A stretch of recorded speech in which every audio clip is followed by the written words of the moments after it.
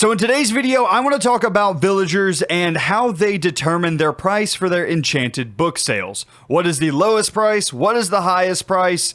And what doesn't really make a whole lot of sense with these guys. Without further ado, let's go ahead and get into it. What's going on, guys? It is Drone, and welcome back to some more Minecraft here on the Solo series. And ladies and gentlemen, we are back here in our 1.14 Taiga Village, where we were working on a brand new villager trading hall in the last episode. And you guys know that in the last episode, I was working on mostly getting librarians so that we could get some of the enchanted books set up. And I thought that whenever they updated 1.14 that they also updated the librarians themselves and how they determined the sale price of these enchanted books. So as you can see, this is Impaling 5 and it costs 50 emeralds, or I guess 55 emeralds and one book in order to get this book. Now, I thought that, hey, these were all set since things like paper trades and things like that inside of the game are now set. You'll never get a different amount of paper trade. You'll never get a different amount of trade for glass. But apparently they left the old system in for these enchanted books. And that means that the number of emeralds that you pay in order to get these enchanted books is kind of random, but kind of not at the same time. And maybe it'll be a lot easier if I just explain this in book farm. So what I'm going to do is I'm going to make us a little book here for us to write in, a book and quill, and I'm going to take some information, put it in this guy, and then come back here and explain it. So without further ado, let's go ahead and get into the mechanics of the enchanted books. Alright, ladies and gents, so I now have all of the information compiled into this book, but before we get into this, I must say that this is going to get into some very technical aspects of Minecraft, and that may not be everyone's cup of tea, but if you want to create a villager trading hall like this yourself in your world, it's going to be very useful to you to know exactly how all of these trading mechanics work. That way you can get the lowest price for your own villager trading hall. So I'm going to go ahead and explain all of this. It's going to be a little bit confusing, but it'll help you out a lot. If you want like the lowest silk touch trade or something like that, you definitely want to pay attention to this portion of the video, even though it may not be everyone's cup of tea. So let's go ahead without further ado and let's get into it. And we're going to start off by talking about the chance of them selling an enchanted book. So librarian villagers have a 2/3 chance to sell enchanted books as part of their trades at the novice, apprentice, and journeyman level, and have a 50% chance to sell an enchanted book at the expert level, meaning each librarian can sell up to 4 books. Now let's go ahead and break down this first page just a little bit. You never really want to go anywhere past the novice level unless you have a good book. That's why we continuously in the last episode broke the workstation and then placed the workstation back down, is because we have a better chance of getting a enchanted book first off than say something like the expert level here. But also, that gives us infinite rolls. So as long as we don't trade with these guys and we continuously place down their workstations over and over again, we have infinite rolls until we get this guy with a trade that we actually like. So you never really want to go past novice level unless you have a trade that you're wanting to stick with permanently. So let's go ahead and move forward into page 2. All of these enchanted books are bought for one book in between 5 and 64 emeralds, based only on the level of the enchantment. For example, Infinity and Protection 1 both cost between 5 and 19 emeralds. We're going to get into more of the costs later on, but this is just an example. Although treasure enchantments such as mending will always double the cost. So once again, we'll get more into this later, but basically what you need to know is all enchantment books are bought for one book and between 5 and 64 emeralds. And this is completely based on the level of the enchantment. So let's go ahead and get further into this. So Enchantments are chosen randomly with equal chance of any enchantment occurring and equal chance to get any level of that enchantment, which means you have a random chance to get absolutely anything. You can get protection 1 just as likely as you can get protection 5 or something like that. It's all equal chance. It's literally just a random roll. The price is determined by the enchantment level, however. So a protection 1 book will theoretically never be the same price as a protection 5 book. Theoretically, it should be lower because of the brackets that I'm going to show you here in a minute. So the price is determined by the enchantment level and also the treasure status. There are currently 4 treasure books in the game. We'll get into those later, but remember, all of these treasure enchantments are going to double the price of the book. So let's go ahead and move further along. So here are our price levels per level. So basically, if you have protection 1, for example, protection 1 will always be between 15 and 19 diamonds, whereas protection 5 will always be between 27 and 71 diamonds. Now, I've already stated something here at the beginning that all of the books cost between 5 and 64. Now, this has to do with how they have this coded. In the code, it actually says 71, but all of the prices are capped at 64. So I guess technically this is between 27 and 64 diamonds. So these are all of your levels. 15 to 19 for level 1, 18 to 32 for level 2, 21 to 45 for level 3, 24 to 58 for level 4, 27 to 64 for level 5.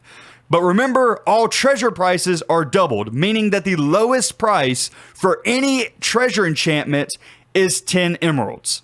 Okay, that's because it does not fall in any of these level lists. These level lists will only account for things like protection, blast protection, things that actually have like protection level 1, blast protection level 2, things like that actually have a level. That's all that's going to apply to this price levels list.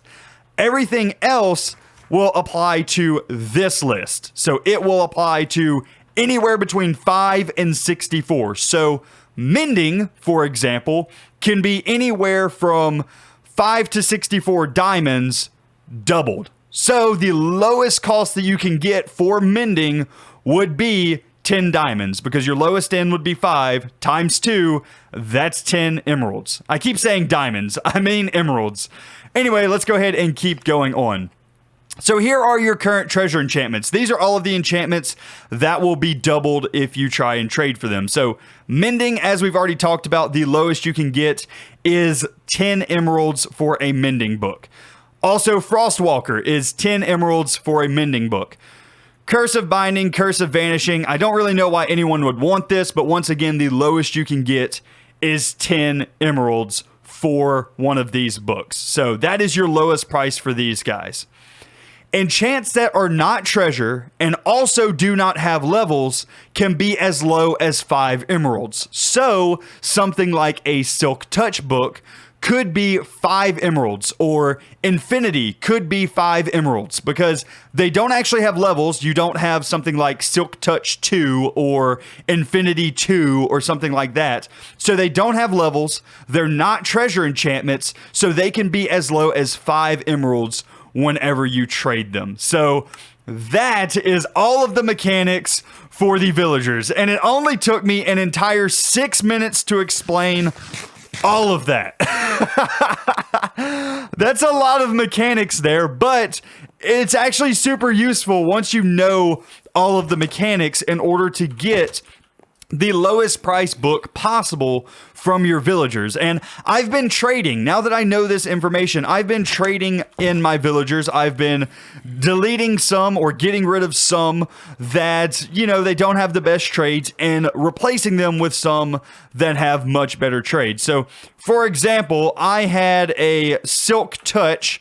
I think he was right here. It was a Silk Touch villager, and he was selling for, I believe it was 15 emeralds for Silk Touch. That's pretty high considering the lowest we can get is 5 emeralds for Silk Touch. So I kept re-rolling, and re-rolling And finally, I got this guy over here, who is the lowest that you can possibly get. 5 emeralds. Plus, we have a price cut because we have, you know, some good favor with the gossip with these guys right now. So 5 emeralds is the lowest, plus a price discount. We can get Silk Touch books for 4 emeralds in a book right now. That is amazing. That is an extremely good trade. I've done that for a couple of other villagers as well. If we go ahead and see, this is our new Infinity villager. And as you can see, he's still not the lowest. He could technically go all the way down to 5 emeralds.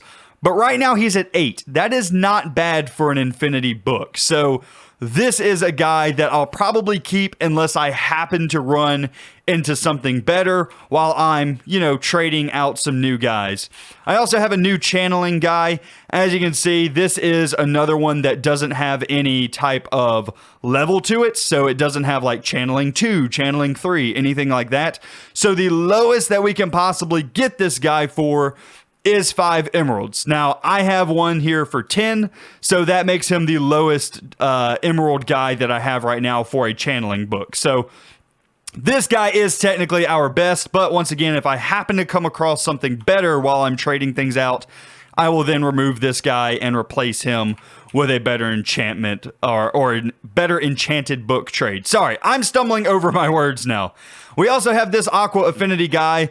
He's pretty low. He's at 12 emeralds. Once again, this doesn't have levels to it, so the lowest we can possibly get is 5 emeralds. So he's not bad. He's at 12, but obviously this could be lower. If I happen to run into something that is better, then obviously I'll switch this guy out. Now, let's go back over to this guy at the very beginning. This Sweeping Edge 2 guy. I was super excited about this guy when we first saw him. Impaling 5. 50 emeralds though, now that I know what the levels are, that's kind of high considering we can actually get as low as 27 emeralds for a level 5 impaling book. I mean, I'm not saying that we ever would get this because things tend to go on the higher end, but just knowing that it could be lower, this guy's like an average villager for that. But his Sweeping Edge 2 enchant is at 8 emeralds, right? If we go to level 2, right, that's really good. And I don't understand why Sweeping Edge and some of the newer enchantments, they don't really abide by this rule, right? So Sweeping Edge 2, it's 8 emeralds.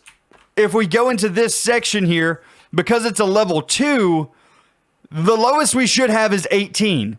So some, for whatever reason, some of these do not apply by this rule. And it seems to be some of the newer enchantments, such as Impaling 2, as we see here. Impaling 2, if we go here, 18 would be our lowest, and I think that's exactly what this guy has. So this may be accurate, but for Sweeping Edge, totally not accurate.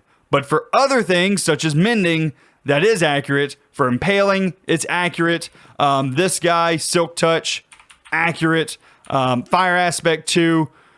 See, it's down to 8, right? Fire Aspect 2, it should not be 8. And I think it may have something to do with the types of enchantments as well.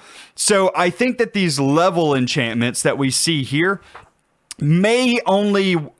maybe this is only accounting for things that can go all the way up to level 5, right? So this may be things like protection and efficiency. This may be the level bracket for that, but things that don't go all the way up to this, such as fortune, would only go up to a level 3 enchant.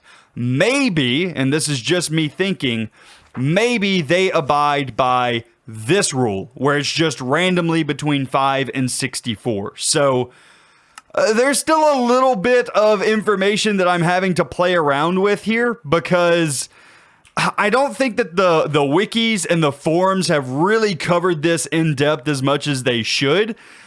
But at least this is a basis for us. We have something to look forward to. So now I know that if I get a Silk Touch villager that has 30 emeralds, I know that's not a good trade. We can get lower. Multi-shot, this guy, 5 emeralds. He is a perfect multi-shot trade, which this is a brand new This is a brand new Enchanted book that was just added in 1.14 for the crossbows. So this is going to be something that we're going to want to utilize at some point. But once again, things like Fire Aspect, apparently they're playing by different rules.